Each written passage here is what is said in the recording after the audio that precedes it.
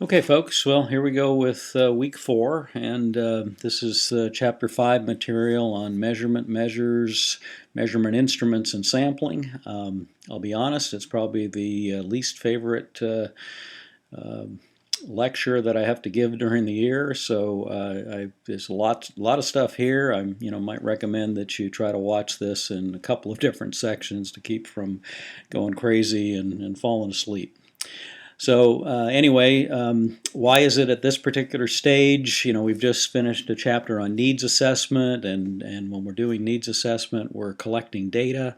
Sometimes it's secondary data that we get from other sources. Sometimes it's primary data that we collect ourselves. And so we do that to establish a baseline, and we have to understand what it is that we actually have, and we have to know that so we know what statistical tools that we can use to analyze it. So it's part of needs assessment. It's also part of evaluation, which comes later on. Okay, so here's the learning objectives for this particular lesson. Take some time and read through these so that you understand what it is that you want to get out of this. Measurement instruments, qualitative, quantitative, different types of validity and reliability, and so on and so forth. You probably, if you've had a research class, then you've covered a lot of this material, and hopefully it'll be reviewed for you. Okay, couple of pages worth of key terms here. As I said, there's a lot here in this chapter. So, as you listen to the lecture and do the readings, keep this in mind and try to, get an understanding of these different concepts. And here's the second page.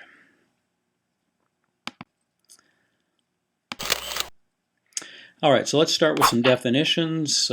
First of all, measurement, the process of obtaining a numerical description of the degree to which an individual possesses a particular characteristic. So if we're trying to measure an individual's blood pressure, we're going to get a numerical description of that characteristic. If we're trying to measure an individual's weight or body composition or body mass index, we're getting a numerical measure of that. And then measurement instrument is the tool that we use to obtain that measurement. All right, and then we have quantitative measures and we've got qualitative measures. When we've got quantitative data, it's numerical, it has meaning to it. It tells us that an individual possesses more of or less of a characteristic than another. So somebody that weighs 250 pounds obviously has more of that characteristic weight than somebody that weighs 108 pounds. And then we have qualitative measures, and those are typically where we put individuals into categories. We might classify somebody as a male or a female. We might classify somebody as a Republican, Democrat, or independent. We might classify somebody according to religious affiliation. Those are things that we can differentiate between people, but the category that they're in doesn't necessarily mean more of or less of the characteristic. And then I put a qualifier down here that not all numbers that you see are quantitative, and not all things that look like categorical or qualitative measurement are in fact that. We'll look at a couple of examples later on, but a classic one is Social Security number. So Social Security number looks like a number, but it doesn't mean anything. It's just a label for a person. It goes along with your name. So it looks quantitative, but in fact it's not. So just keep that in mind as you see different things in the way of measurement. All right, so this is some of the types of measures that we use in health promotion. Obviously demographic variables, knowledge variables, skill variables, behavior variables, physiological measures like height, weight, blood pressure, cholesterol, and so on. Health variables and quality of life indicators, so level of satisfaction, happiness, and so on. So those are things that we can collect data on. There are instruments out there that'll help us to gather that. So take a second and think about what kind of instruments we use in health promotion to gather data.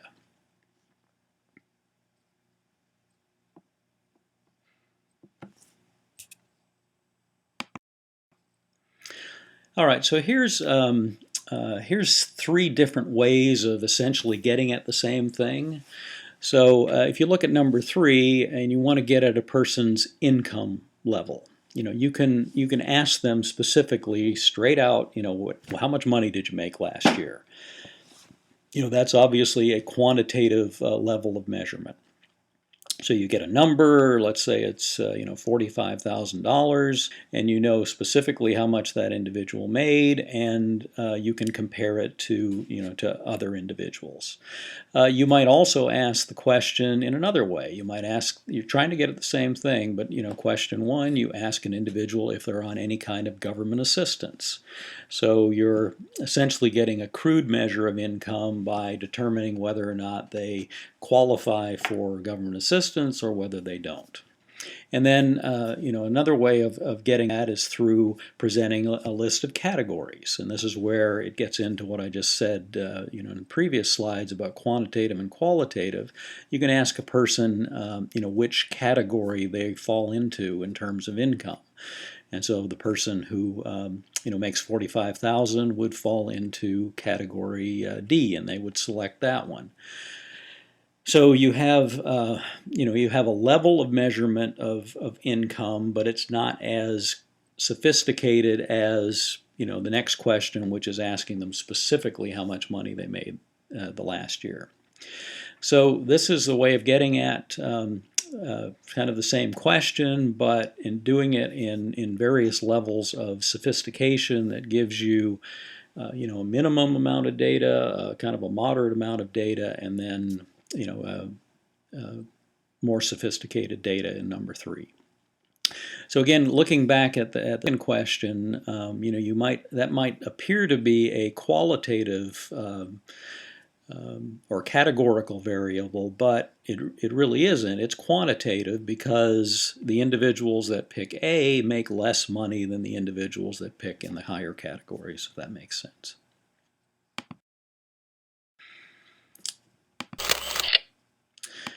All right, so we also have different levels of measurement, and this can get kind of confusing. So do read the chapter for this and listen to what I have to say about it, and come back to it until you feel like you've got a fairly good grasp of that information. So the first one is purely qualitative, and the next 3 are quantitative. Okay, so nominal measurement is just putting individuals into mutually exclusive categories. Like the example I used earlier of political affiliation or religious or race. Those are categories that we can put people into, and they don't cross over. You're either male or you're female, or I guess undifferentiated could be another category, but you would put yourself or somebody into one of those mutually exclusive categories. You may be Republican, you may be Democrat, you may be independent. Those are 3 categories that are mutually exclusive, and we would ask people to self-identify as one of those categories on a questionnaire. All right, so now we get into the 3 quantitative levels of measurement: ordinal, interval, and ratio, which is on the next slide. But those go in order of less specific and sophisticated to the most specific and sophisticated. And that means more specific and sophisticated the measurement is, the more we can do with it from a mathematical and statistical standpoint. So I want you to imagine that we're in class and I pick 5 people in class to come up to the front of the room.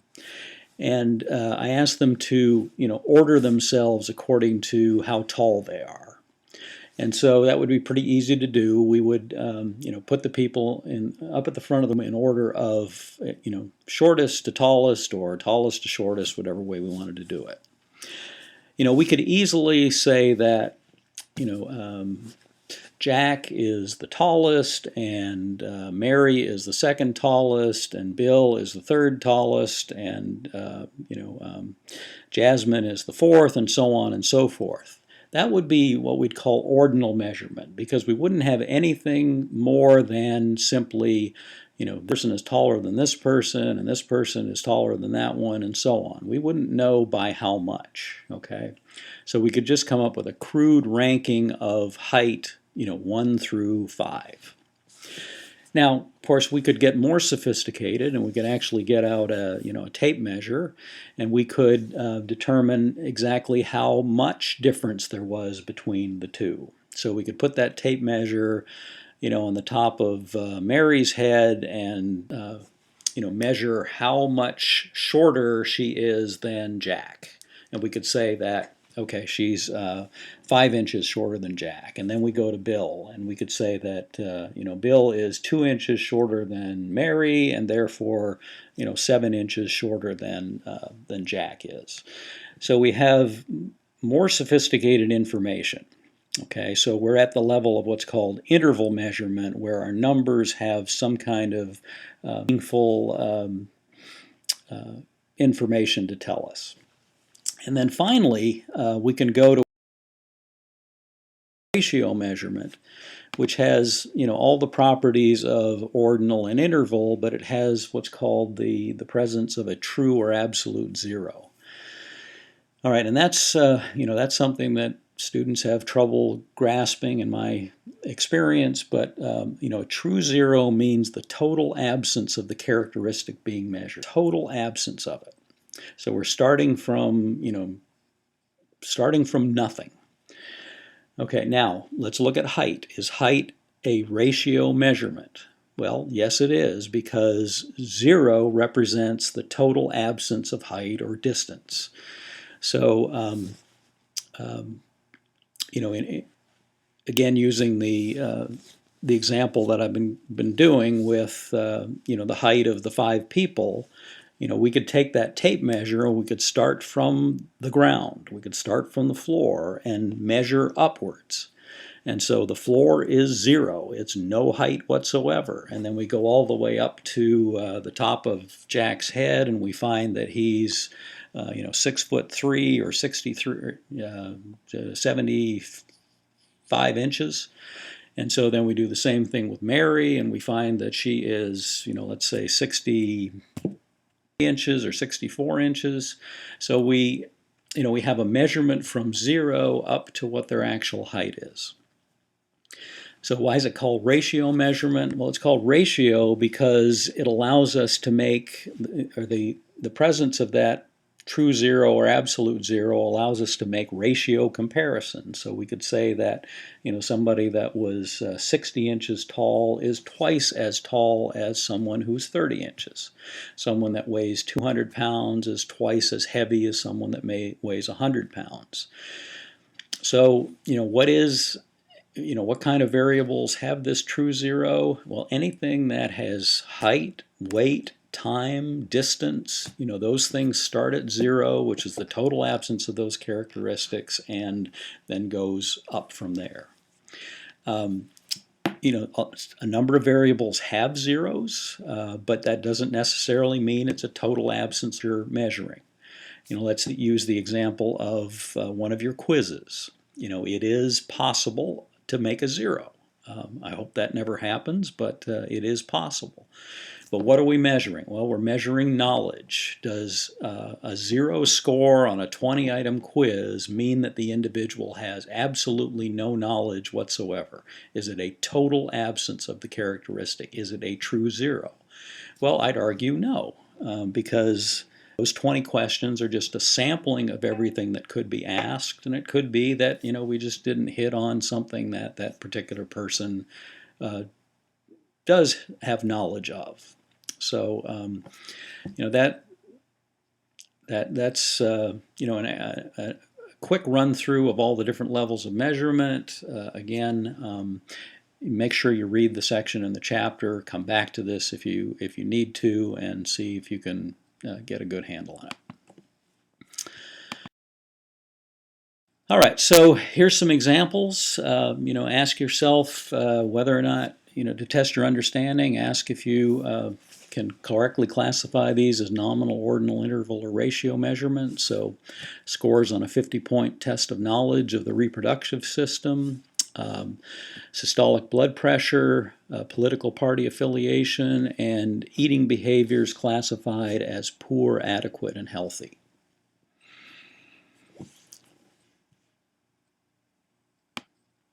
All right, so if you classified scores on the knowledge test as interval, good for you. And again, it could be that somebody could make a 0 on that, but that doesn't necessarily mean that they have no knowledge whatsoever of the reproductive system.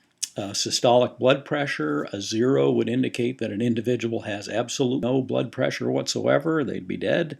But that would be ratio measurement because 0 is the total absence of what it is that you're measuring. Political party affiliation, good for you if you pick nominal. A synonym for that is categorical, so we're putting people into classifications or categories, and there's no concept of order, more or less, among the different categories. And then the next one is a little bit tricky. It might look nominal or categorical, but if you look at the descriptions here, poor, adequate, and healthy, you can see that there is some order there. So someone whose eating behaviors are poor obviously does not have as good eating behaviors as somebody who is adequate or healthy.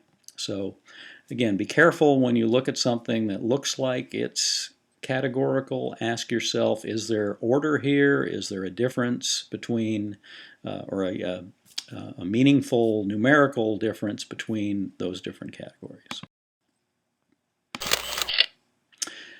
All right, so now we get into the concepts of reliability and validity. And again, hopefully this is review from your research class.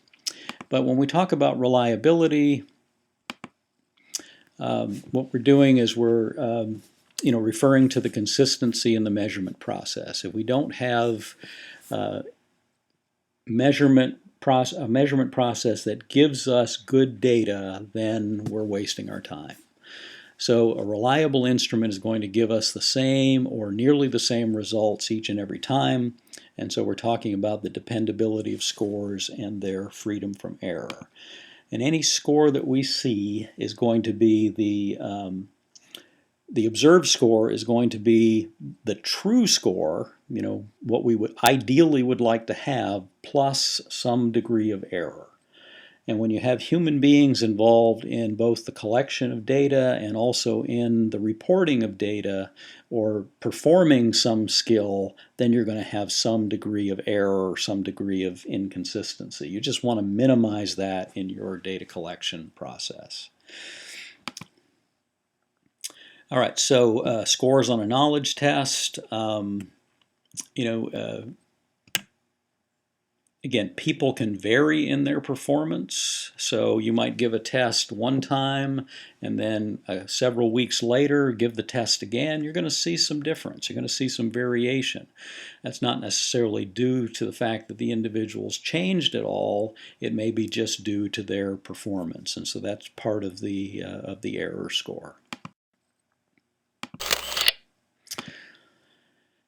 Okay, so there are different types of reliability or ways of determining reliability. Internal consistency is one way. So if you have a written test, you're looking at the relationship between the test items to the overall test score and also as a correlation to other test items.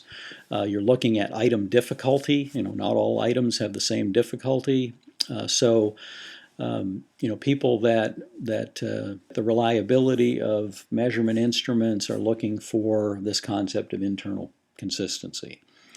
You would also want to look at what's called stability reliability or test-retest reliability. They're the same thing. So, as I said earlier in the last slide, if you administer a test on one day and then you come back several days later and do it again with the same group of people, you should see very similar results. if you were using a scale to measure weight, okay, if you measure a group of individuals on one day and then you come back the next day, you should see essentially similar weights. There may be some minor fluctuations, but essentially, the heavy individuals, the first measurement, are going to be the heavy individuals the second time around too. So, that would be an indication that your measure is reliable. All right, and then there are some things that we collect data using observation, what we'd call raters. Okay, and so we have concepts of inter-rater reliability. So if you have multiple raters looking at the same thing, you would hope that if they were using the same evaluation criteria that you'd get similar results. And so it's the consistency between or among individuals who are observing or rating the same event. And we see this with a panel of judges in sporting events like figure skating and diving. So it's the agreement between several observers who are looking at the same thing. And so here we've got three individuals, and they all are looking at the same performance, and they all are independently scoring it, come up with the same score. So this would be perfect inter-rater reliability. Okay. Now, if we had three more judges, and those three judges came up with these scores, what would you say now? Well, the inter-rater reliability is not as good, obviously, as it was when there were three identical scores. So now we've got scores ranging from 4 to 10, and so we would say that this had a moderate or to moderate level of inter-rater reliability. How you deal with this sometimes in judging of sporting events is you throw out the high score and throw out the low score, and so therefore you have more scores that are consistent. All right, and then we also want to look at rater reliability that occurs within a particular evaluator. Okay, so it's called intra-rater reliability. Intra meaning within, inter meaning between. All right, so it's the degree to which one rater agrees with himself or herself on the characteristics of an observation over time. So if I'm a qualified CPR instructor and I'm conducting a class on CPR, and I'm going to be independently observing 10 different students to determine whether or not they can correctly perform CPR, then I'm going to have a set of criteria, and I'm going to be applying those to each student individually, and hopefully I would be consistent in my assessment of their performance. Okay, if I am being consistent, then I have a high degree of intra-rater reliability. If I'm not being consistent, and two people are performing the same way and I'm giving them different scores, then that's a low level of intra-rater reliability. So I don't want to get into too much detail on this. It's a fairly simple concept, but contrast looking at the consistency of ratings of one person, intra-rater reliability, versus the consistency between different raters that are looking at the same. Okay, and then there's another way of determining reliability, usually on some type of written test or computer-based test. If you go for a driver's license test, or if you sit down to take a college entrance exam, the person that's taking the test beside you is not going to get the same test as you are. You're both trying to get a driver's license, or you're both trying to get into college, but the tests are going to look different. They may have some of the same questions, but they're going to have different questions as well. So in order to determine whether or not there's fairness there, so one person's not getting a test that's dramatically different or more difficult than another one is by establishing this concept of parallel forms reliability. Make sure that two people being assessed on the same thing are getting equal instruments to assess that. All right, so now we get into validity, and validity, gets a little bit more complicated because there's a lot of different types of validity.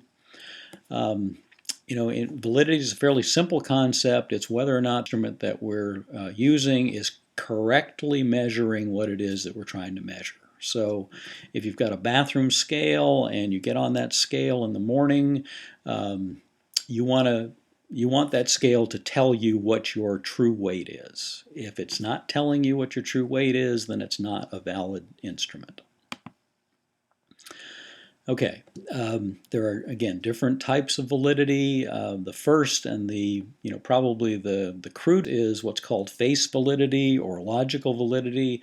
It's where you look at the test and you say, yes, this is actually measuring, what it is that we're trying to measure. So if we're trying to measure strength, for example, and we ask an individual to pick up and flip over a great big huge tractor tire, is that a measure of strength? Well, I think we'd all agree that it probably was. What if we said, okay, is flipping over that tractor tire a measure of intelligence? Probably not. It doesn't measure intelligence, it measures strength, okay? So we're applying, logic to determining whether or not something actually measures what we say it measures. Okay, then we have, what content validity, and this is applied to written tests.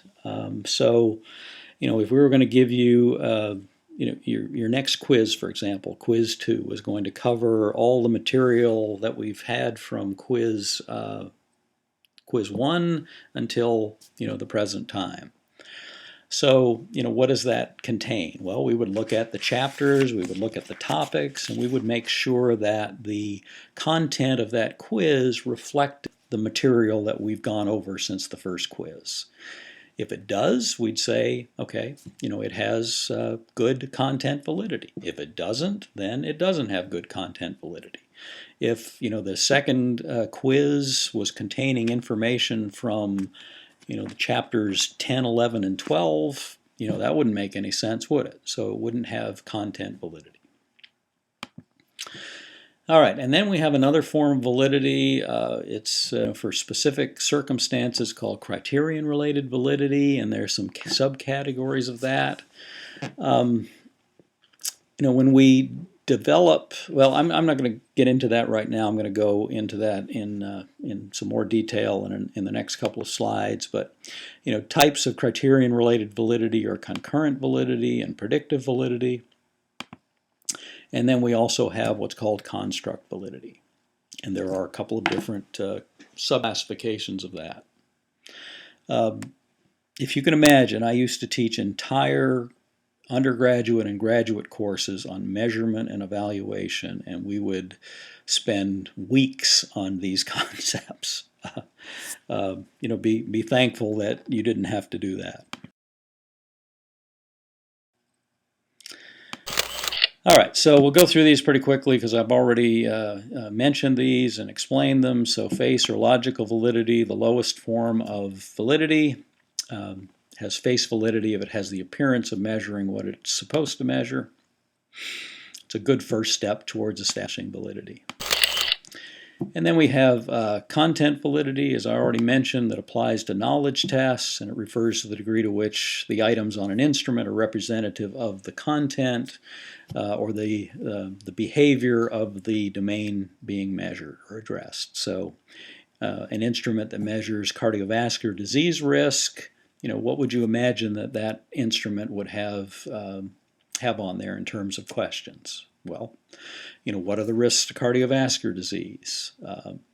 Sedentary lifestyle, so you'd want to ask questions about an individual's exercise habits. obesity, so you'd want to know what their height and weight is, and you can calculate their body mass index from that.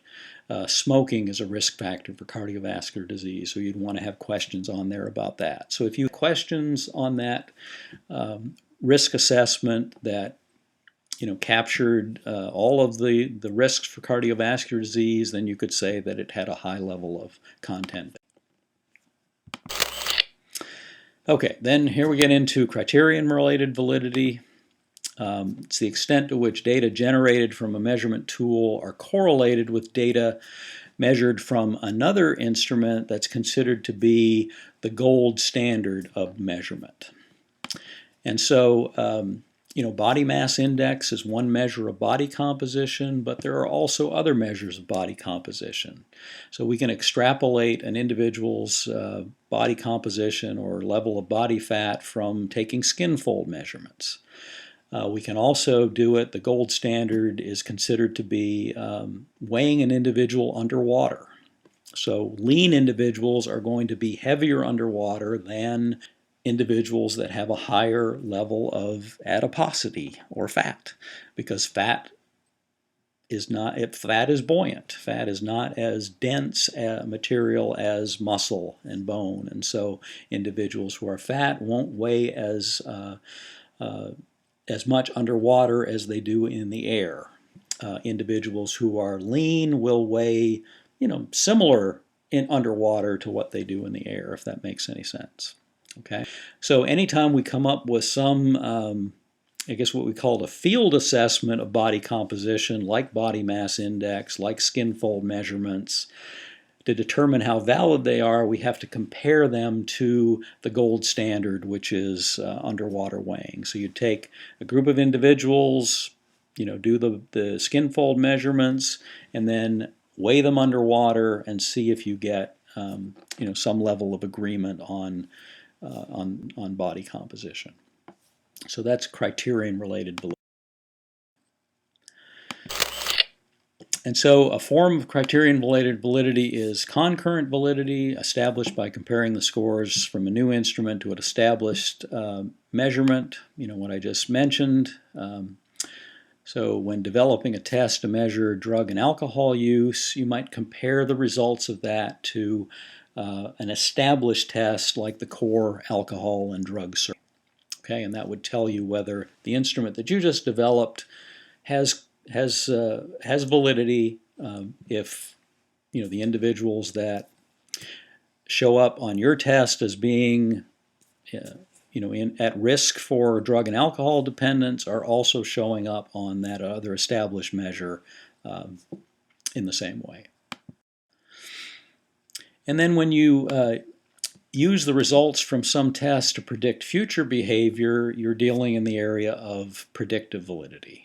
So it basically goes a step further than concurrent validity. So when we look at your college entrance scores, SAT scores, what are we doing? Well, we're trying to determine who gets admitted, and what we're really saying is the individuals with the higher SAT scores are likely to do better in college, and so therefore we're predicting your future success in college from those SAT scores and making a decision accordingly.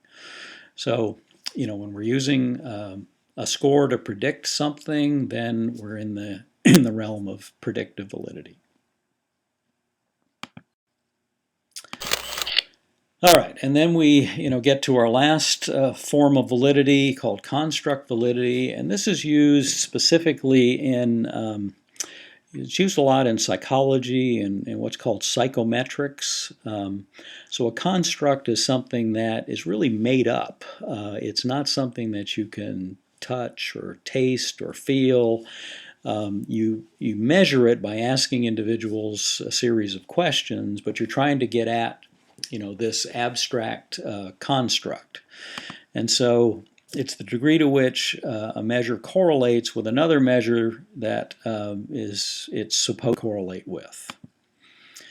All right, so the construct is some kind of hypothetical entity, and again, like psychological behavior traits, self-efficacy, anxiety, locus of control, Those are things that are made up. We can see that some people are more anxious than others. We can see that some people are more efficacious or confident than others. We can see that some people feel as though they're in control of their own destiny, while others feel as though they are pawns in the game of life. So those are those three variables. So how do we determine whether the instrument that we develop to measure those things is actually measuring those characteristics and not something else? Well, there are several different things. We look at convergent validity. So if you have an instrument that measures self-confidence and there's another instrument out there that measures something similar, then you should, by giving those two instruments to the same group of people, you should see some level of convergence or agreement. That's what's called convergent validity. And then similarly, if you give individuals a measure of self-confidence and then you give the same individuals a measure of a very different characteristic like, I don't know, let's just use anxiety. The scores should be different because the characteristics are different. That kind of sounds funny, but again, it's some of the ways that we establish validity with those abstract psychological characteristics. So convergent and discriminant would be ways of determining whether or not the instrument that you measure self-confidence is actually measuring confidence. All right, so enough of that, enough of validity and reliability, and let's look at some other terms related to data collection. These are epidemiological terms. So if you've had epi or some class that covers epidemiological principles, you may have come across the terms sensitivity and specificity. And so let's look at a blood test to measure whether or not you have HIV. All right, so the test, what we want it to do is we want the test to correctly identify those individuals that have HIV, but also to not identify individuals that don't have it as having HIV. Okay, think about that for a second. So what you want is you want the true positives to show up, and you don't want any false positives. A false positive would be telling somebody that they have HIV when they don't. Now, if your test is ultra sensitive, it's going to get everybody that has HIV, but it's also going to classify a lot of people that don't have it as having it. So it's going to give you the true positives, but it's also going to give you a bunch of false positives. And that's not a good thing. You don't want to be telling people they have HIV when they don't. Okay, so you want your test to have a certain level of sensitivity, but only to the point where it's going to be identifying folks that actually do have the disease that you're trying to detect. And then specificity, ability to correctly identify those who don't have the disease or the condition. Okay, so you don't want you want true negatives. So when you call somebody up and you tell them, oh, good news, your test was negative, you don't have HIV, you want that to actually be the truth. Okay. So there's a balance here between sensitivity and specificity in epidemiological terms. You want your tests to be sensitive enough that they're going to correctly identify those who have the disease, and specific enough that they're going to weed out the people that don't. All right, so other important characteristics in measurement are the concepts of fairness and being unbiased. So in fairness, our measures must be sensitive to different cultures. Cultures shape beliefs, traditions, and perceptions, and so sometimes we design our instruments because we're a particular race of people, or we come from a particular socioeconomic background or a particular country. we design instruments according to our frame of reference. And we have to realize that people from other cultures don't have the same beliefs, traditions, and so on that we do. So we have to make sure that the instruments that we design take that into consideration and are fair to all people that might be taking it. And then unbiased means that when we gather data, we don't do anything in terms of to distort the data. What we want to do is treat all the data as it should be, and not say, okay, well, that's a high score, that doesn't fit in with what I think is going to happen, so therefore I'm going to eliminate that score. That would be inserting bias into the measurement process. All right, so here are some things that if we're trying to determine benchmarks or places to start from. In our needs assessment, these are variables that we might gather data on. So if we're looking at cardiovascular disease or looking at diabetes, we might want to look at the resting heart rates of men and women. And then we would implement a program for, 6 months to a year, and then afterwards look at the resting heart rate of those people and see if it's improved. Same thing with blood pressure, systolic and diastolic. Cholesterol, we might look at total cholesterol, LDL, and HDL measures. Triglycerides, overweight measures, BMI, obesity. Waist circumference is another way of determining excess adiposity, blood glucose levels, and HbA1c levels are ways of determining whether or not individuals are diabetic or at risk for becoming diabetic.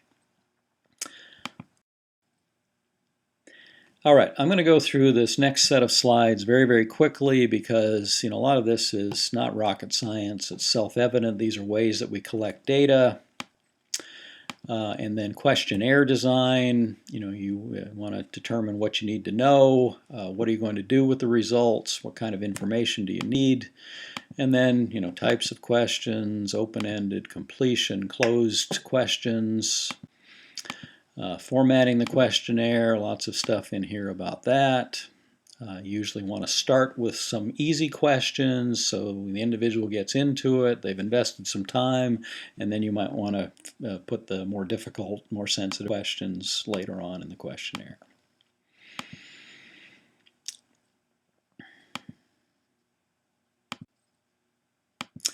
All right, and then a good example of a questionnaire that's used for data collection principles by the or data collection information from the CDC is the Youth Risk Behavior Surveillance System, and I've got a link here to it, and you might want to look at that to see what types of questions, how they've ordered them, how they've grouped them, and give you a feel for what a good health agency does in terms of collecting data on a population level. Telephone interviews, another way of collecting information. We've dumped our landline because it seems like all we were getting were sales calls and people asking us if we have a few minutes to answer some questions. So we're not getting those calls anymore, but it is a way of random digit dialing is a way of getting at people who could potentially provide input. Personal interviews, again, advantages, disadvantages. Observation. So observation is a way of gathering data. Observation can be classified as direct, indirect, obtrusive, unobtrusive. Again, read the chapter on the differences between those. We can look at existing records if we can get access to those. Of course, HIPAA regulations are pretty I've kind of locked that down a little bit, but again, if you go through the IRB process and are able to keep data protected and anonymous, then it could be that you could get access to some of those types of records. Records of meetings, is a form of data collection. Here's some information to consider when you're choosing how to collect data, what method to use. Do you have the knowledge? Is it easily done? How much is it going to cost? How much training is needed? How much staff? Okay, so now we get into important concepts here when we go to collect data. Typically we're going to be collecting data on a relatively small number of people related to the total number of people that we could collect data from. And we're going to be using that to generalize to the larger group. All right, so the population is all of the individuals that we are hoping to study, to make some conclusions about. But a sample is a portion of that population. Okay. The reason we have statistics is because we can say something about the population by just observing or collecting data from a portion of the population. Okay, and then we use our statistical tools to be able to project what's going on in the population from the sample.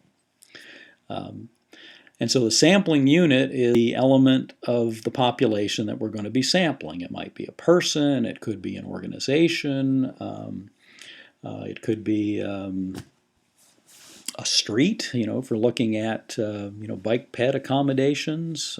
It could be a farmer's market if we're looking at all farmers markets across the state. So we would be using different types of sampling units. And then the goal is, for whatever sampling methods we use, for the results that we get to be representative of the population from which the sample is drawn. Okay, I hope that makes some sense. All right, so we look at where the sample exists with respect to the population. And so we have on the outer ring the entire universe, and then we have the population, and then we have the survey population. So not all elements of the population are accessible. So we have to look at, okay, what elements of the population are accessible. That's what we would call the survey population, and then we draw a sample from that surveyable population. All right, so there are two broad classifications of sampling. One's called probability sampling, and the other is called non-probability sampling. Excuse me. So one probability sampling method is called random selection, and that's where each person in the population has an equal chance of being selected, so there's a known probability. So if I was to take a sample of the students in our class, so we have 41 students in the class, and I took names and put it in a fishbowl, and I systematically drew out names. So the first selection I would make, you would have a 1 in 41 chance of being selected. All right. To do true random sampling, where that probability is known each time, I would have to put that name back in the hat. It would risk being drawn again, but the probability would remain consistent. It would be 1 in 41 each time a selection was made. All right, so you've got simple random sample, the fishbowl technique, which I just described. You could also assign a number to all of the individuals in the survey population and then use a table of random numbers, or there are computer programs that will generate random numbers, and then you could select your sample that way. Systematic sampling would be, it had what's called a sampling frame. So we had a list of all of the elements in the survey population. Then what we could do is take every nth one on that list. We'd find a random starting point, and then we would go every however many we needed to go in order to get the number that we wanted to get. So if the survey population consisted of 1,000 people and we wanted to take a 25% sample, then we would take, find a starting point and then take every fourth person on that list. Okay, and again, that list is what's called a sampling frame. Sometimes we would want to ensure that certain characteristics of the population are represented in our sample, and so it's called stratified random sampling. So, let's say our population consisted of 60% females and 40% males.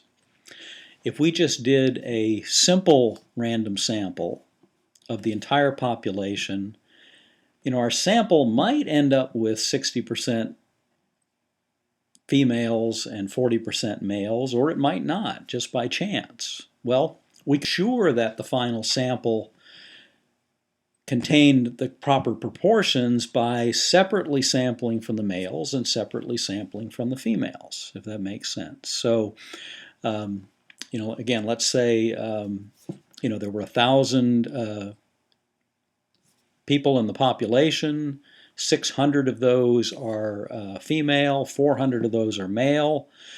So if we take, again, we wanted to take a 25% sample, then we would take 25% of the females, and we would take 25% of the males, and voila, our final sample would contain the proper proportion of males and females.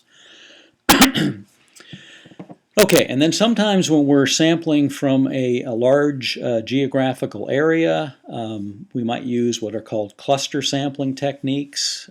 So if we looked at a map of the community and we wanted to sample from neighborhoods or city blocks, we could number each of those city blocks or those neighborhoods and then select select those neighborhoods. So we're selecting a cluster of sampling units. So if we picked a particular neighborhood, then we could go in and go to the fifth house on the block or something like that. If there were 20 elementary schools within a particular community, we could number each of those elementary schools and then draw numbers. So we got 5 of the elementary schools, and then we could go into each of those elementary schools and further sample from the different classes. So there might be elementary or 6 fourth grade classes in that school, and we would randomly pick a couple of those. So we're rather than sampling individual students or individual houses, we are first of all starting with a cluster that those particular units are contained within. All right, and then sometimes it's not possible. If you don't have a sampling frame, it's very difficult to do probability sampling. And so sometimes you do what's called non-probability samples. Some of these are good and some of these are not so good. They're not as good, excuse me, as ensuring that you get representation, that your sample is representative of the population. Convenience sample, is just where you go and you get information from a bunch of people that have to be on hand. For example, you might go to a farmer's market and you might survey people there about health behaviors. Well, I might argue that the people that are going to the farmer's market may be more health conscious than people that don't. So, are you in fact getting a good feel for, the health of the community if you're only sampling people that go to farmers markets? Volunteers, you might stand in a parking lot and ask people if they would answer your survey. I guarantee you that a bunch of people will say no. They'll just walk right past you. So you have to ask yourself, all right, who are the people that actually did consent to doing that? Or if you've got a study on, you're going to look at the impact of a particular health promotion program on cardiovascular disease risk, and you ask for volunteers. Who are you going to get? Are you going to get people that are confident in their ability to be successful in that program? And are those people going to be different than the ones that wouldn't volunteer? You've got your grab, your sort of person on the corner type thing, where you ask somebody if they want to participate in your study. You also have homogeneous samples, and that means that you might get a bunch of people that are just like each other, just because people, the old saying, birds of a feather flock together. A judgmental sample, not necessarily a bad thing, where you're actually going out and you're identifying the people that you want to gather information from. So, in the last chapter, we looked at things like the Delphi survey or the nominal group process, focus groups, where you're actually intentionally identifying people that will represent the community that you're wanting to get information from. And that's, again, that's not a bad thing. The snowball effect, that's not the best, where you get somebody who volunteers to be part of data collection process, and then you ask them, okay, do you have any friends that would want to do this? And so they might refer you to 2 or 3 of their friends, and those friends refer you to 2 or 3 of their friends, and so you've got that snowball effect. But what you end up with typically is a very homogeneous group that all look like each other. And then finally, you have what's called the quota sampling method. It's a very sophisticated sampling method where you intentionally go out and make sure that your sample contains the individuals that represent the various characteristics of the population that are important. And the best example of this is, exit polling on election night. You might be surprised to know that if you watch election results, you know that they predict who's going to win the election very, very early on in the process. And they do this through very sophisticated quota sampling techniques, where they make sure that the people that they poll, first of all, that they voted, so they get them coming out of the voting booth, and secondly, they're looking for people that have particular characteristics that they know to be important in the voting process. So that might be race, it might be age, it might be income level, gender, and on and so forth. So you might be surprised to know that the samples that are taken on election night that pretty accurately project who's going to win the election are very small in number, about 500. So they'll get 500 individuals coming out of various polling booths, and because they really understand voters and voting behavior, they're able to accurately predict the behavior of millions from the behavior of just a few, which is ultimately what sampling and statistics. All right, getting close to the end here, thank goodness. So sample size is important, but sometimes it can be misleading. So how big is big enough? There are tables that will tell you, based on how large the population is, what size your sample should be.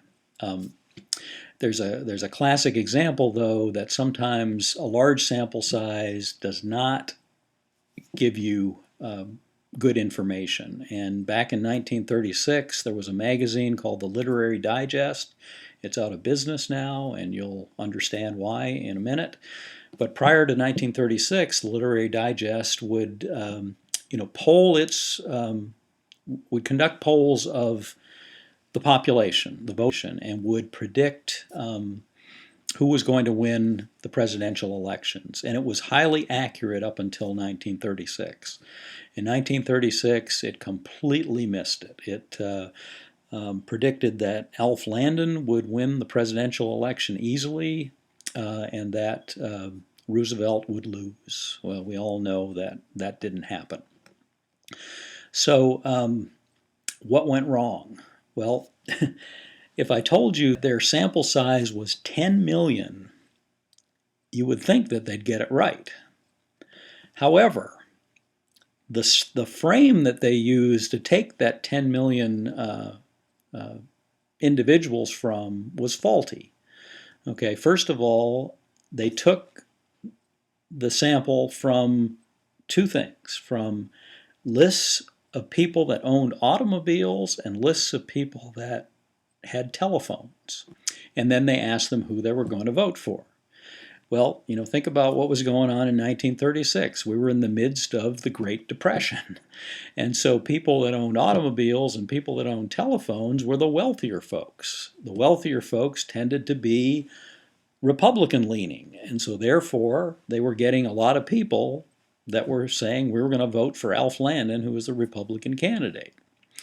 And they didn't get at the people who, weren't on those lists, and so therefore the poorer people and the people that were more likely to vote Democrat. So it's a classic example of, looking back at the previous example that I gave you, where a small number of people can predict who's going to win an election if the sample is properly drawn, versus a large number of people and you're totally wrong because your sampling technique is faulty.